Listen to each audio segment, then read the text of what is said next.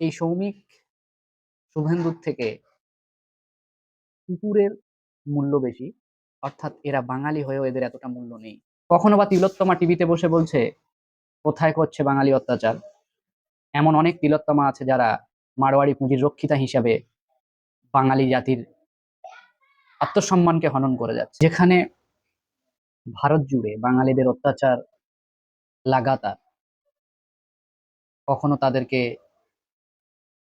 ট্রেনের মাধ্যমে বর্ডারের ওপারে ছুঁড়ে ফেলছে, কখনো তাদের ডিটেনশন ক্যাম্পে ভরে রেখে নির্মম অত্যাচার করছে, শুধুমাত্র বাঙালি মুসলিম এবং বাঙালি হিন্দু হওয়ার কারণে, অর্থাৎ তাদের ভাষা বাংলা বলে।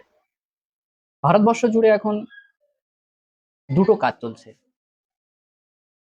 ধর্মীয়ভাবে মুসলমান নিপীড়ন, আর ভাষা বাংলা বলার কারণে বাঙালিদের উপর নির্মম অত্যাচার।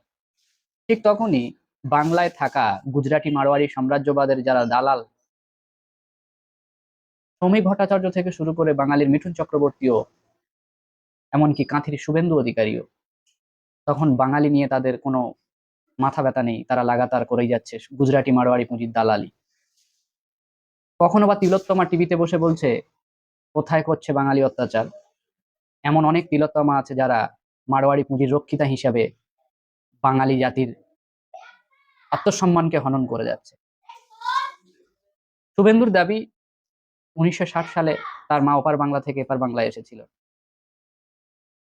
কোথাও বা ময়ূর রঞ্জনের দাবি তার মাও এক কাপড়ে ওপার থেকে নির্যাতনের শিকার হয়ে এপারের শরণার্থী হিসাবে তারা ভারতবর্ষে পালিয়ে এসেছিল পশ্চিমবঙ্গে। কোথাও আবার অসীম সরকার, কোথাও নিশীথ প্রামাণিক, কোথাও নিশীথ প্রামাণিকদের মতো ওপার বাংলার দালাল, তারা এপারে যারা 3-4 দশক নাগরিকত্বের অধীনে ভোট অধিকার প্রয়োগ করেছিল, তাদেরকে আজ বাংলাদেশি বলছে।